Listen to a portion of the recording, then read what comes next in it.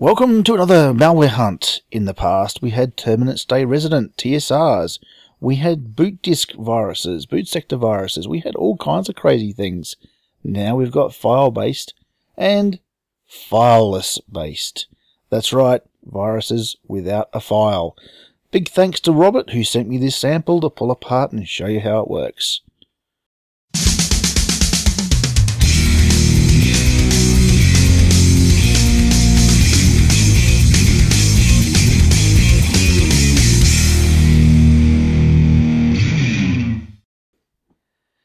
So, fileless malware is a variant of computer-related malicious software that exists exclusively as a computer memory-based artifact. It's in your RAM. It doesn't necessarily write any of its payload activity to the computer's hard drive, and that means it's very resistant to existing anti-computer forensic strategies that incorporate file-based whitelisting, so files that you don't want, exes or coms or whatever, signature detection, hardware verification, pattern analysis and timestamping.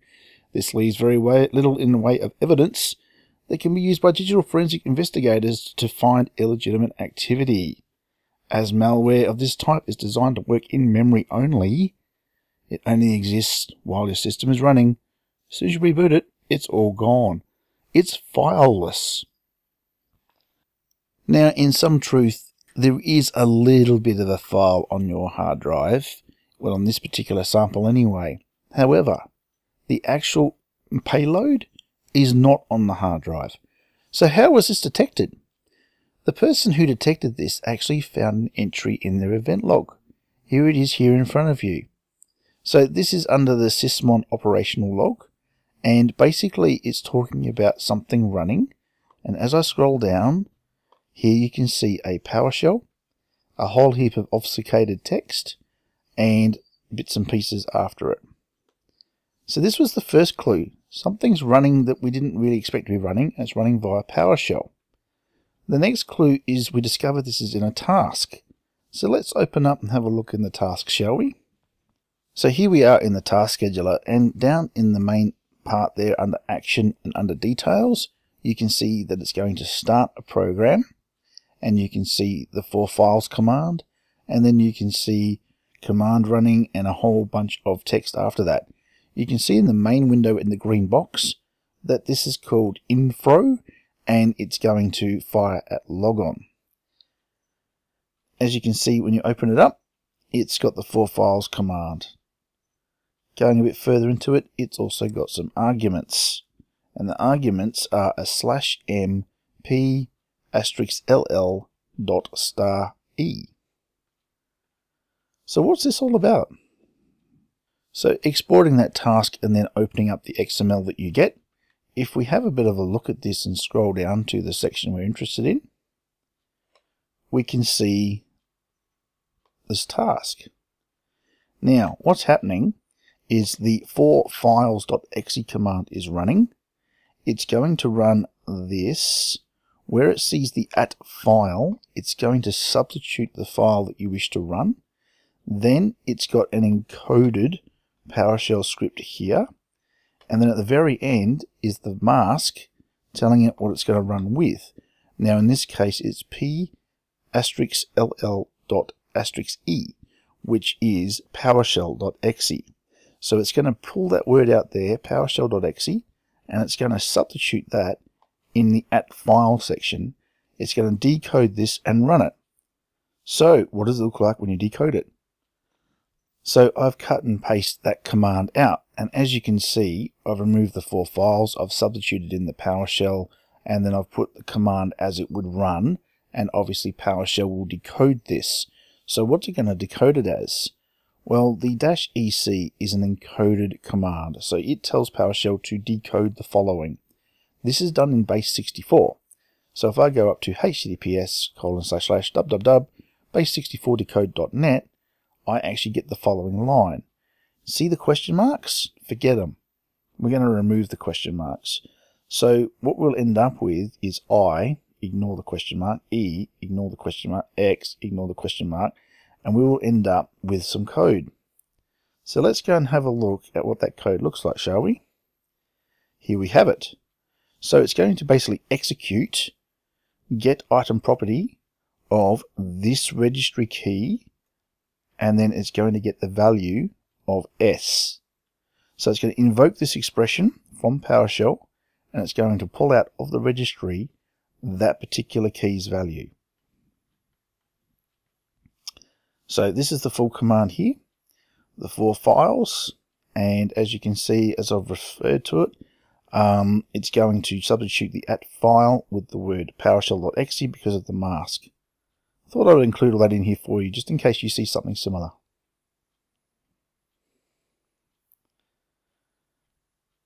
And just to recap, that's going to go through, run this full command as displayed here.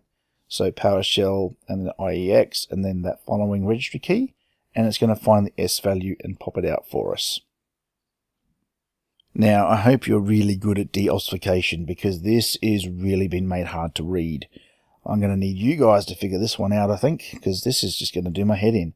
But that is what it looks like stored in the registry. So this is the particular branch we're looking for. This is S. So this is the value of S. All of this stuff. And as you can see, I'm scrolling down and it goes on and on and on and on. So let's take that code out of that registry key, put it into a notepad and have a look at it. So what you're looking at now is raw PowerShell code. So you've got a value being set to something here. You've got a semicolon, which really could just be a new line. So we can make that into a new line like that. Then it's got a function it's going to run. It's going to convert something from string 64.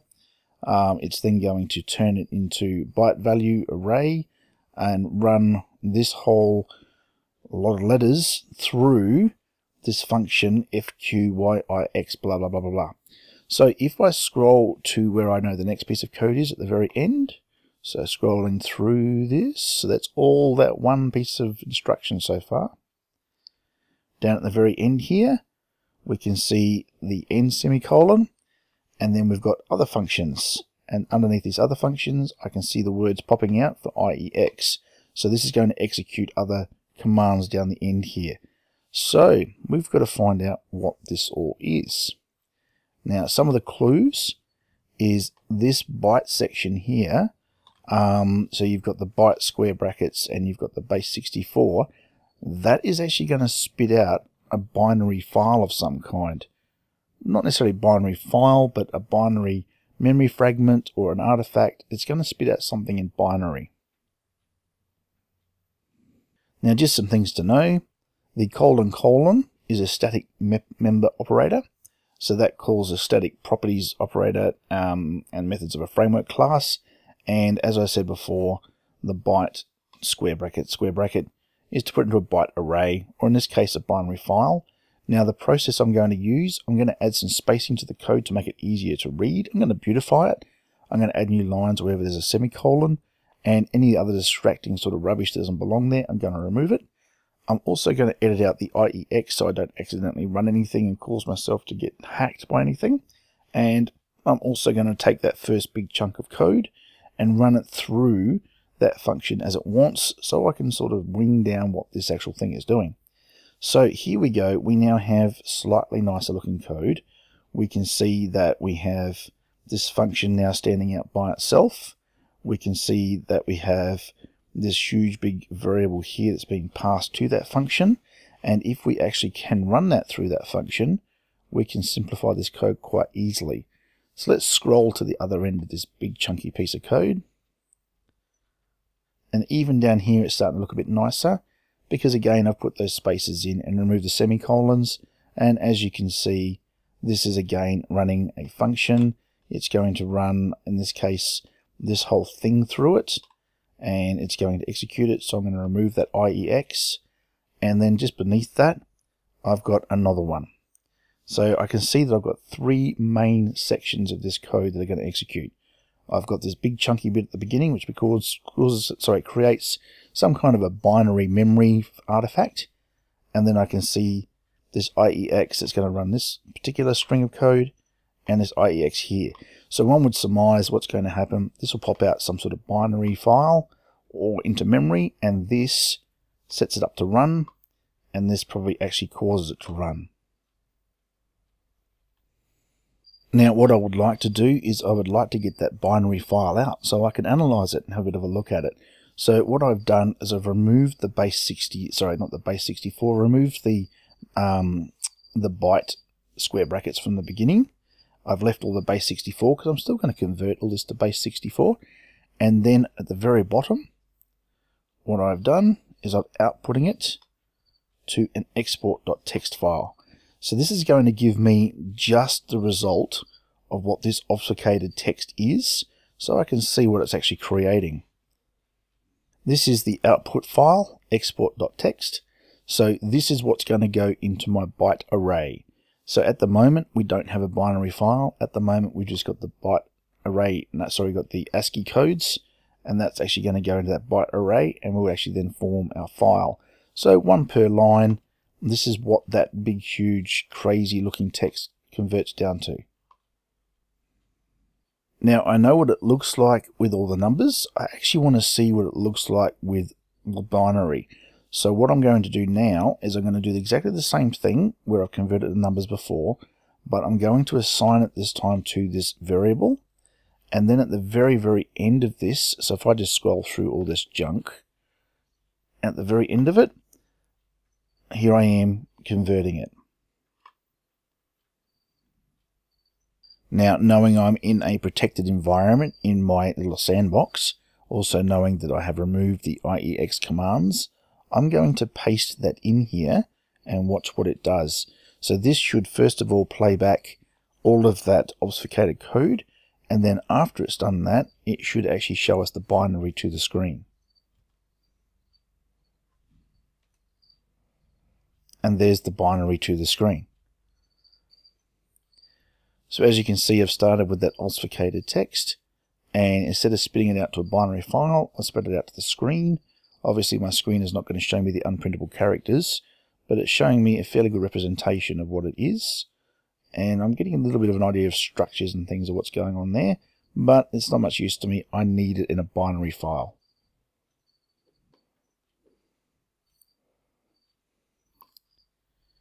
So to satisfy my need for a binary file, what I've done is I've assigned a variable to that nonsense that's in that PowerShell script, and at the very end I'm going to do the maths on it.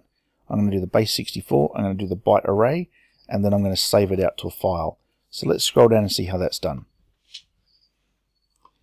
So at the moment what I've done is I've got an F drive in my computer.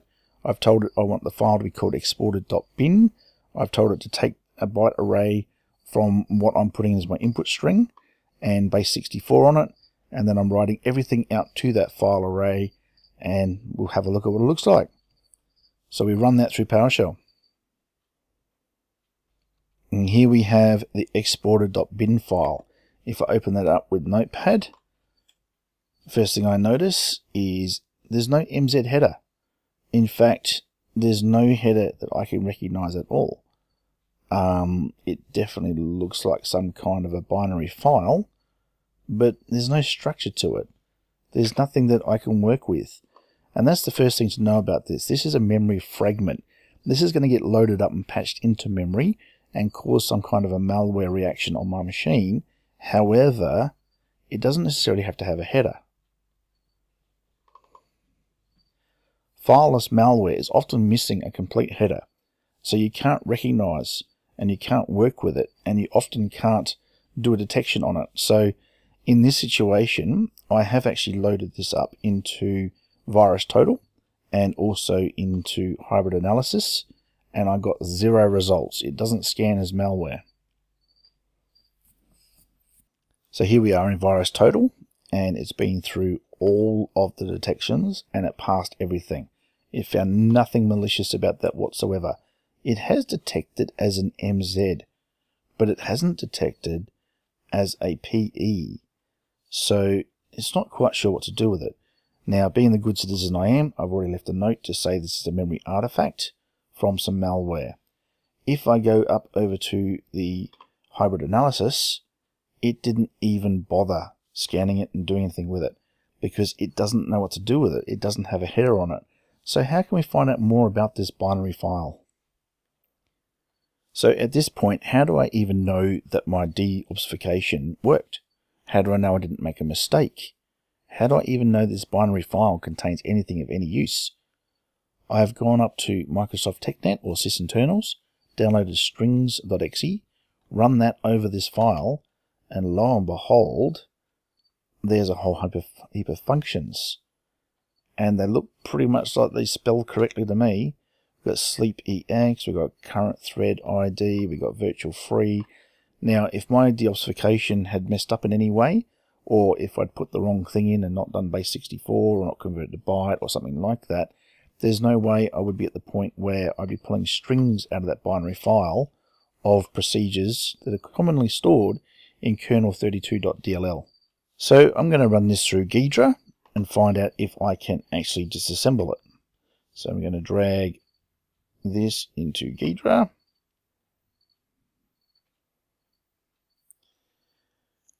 This is where it gets interesting. Ghidra doesn't know what it is. It doesn't know if it's a raw file, if it's a PE header. So we have to go into the language and choose one. So we need to choose the processor and we need to choose what it is. So I'm going to scroll down till I come to, actually I'm going to make that a bit quicker, to x86. And let's go for, let's choose Visual Studio, shall we? So we're going to go 32-bit, Little Endian, Visual Studio, x86.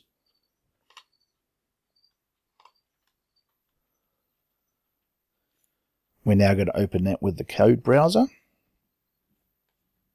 So now we've landed in Ghidra. Something a little different from my normal experience in Ghidra.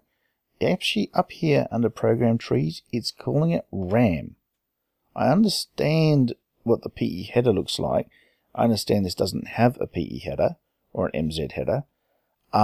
It obviously must have worked out that there's some code in front of it and that it must be for RAM. I don't know how it's come to that conclusion, but it seems to have.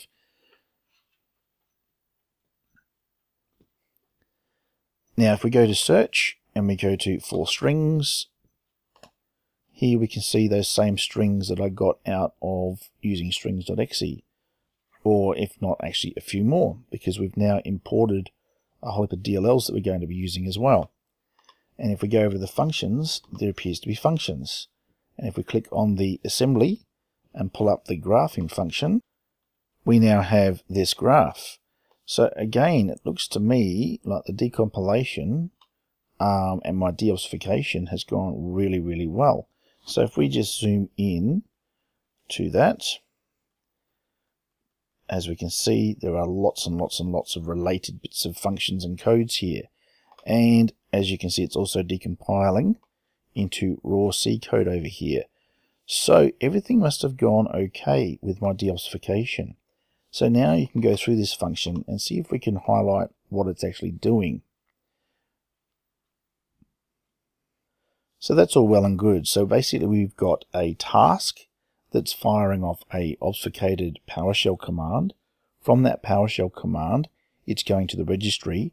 From the registry, it's pulling out this little bit of binary that it's going to somehow patch into memory. And we don't quite know what it does yet. Hybrid Analysis refuses to do anything with this. VirusTotal doesn't recognize it as a virus or having anything in it. So how does it get into memory? That's the next question. We've got this fileless virus that doesn't exist on the hard drive. It exists for me because I've exported it out with PowerShell to a binary file, but this is actually going up into memory normally and not writing to the hard disk. So how does it actually get into the memory? Well, that would be that last little bit of the code that we haven't pulled apart yet. So let's go and have a look at that. So looking back at those last two lines, you've got the two IEXs, one up here and one down here. These IEXs are obviously going to execute whatever is behind these brackets, and it's going to decode using this procedure here, this obfuscation into some words. So what is it? Well, if we actually do the process of running it through that particular function, this is what spits out. Suddenly starts to look a little bit more like text, but we're still not finished just yet. That's the first stage. The second stage is to actually run this process. This is what it comes out with now. My goodness, that's starting to look like some code. There are some things in here that aren't recognizable, but we're starting to see some code.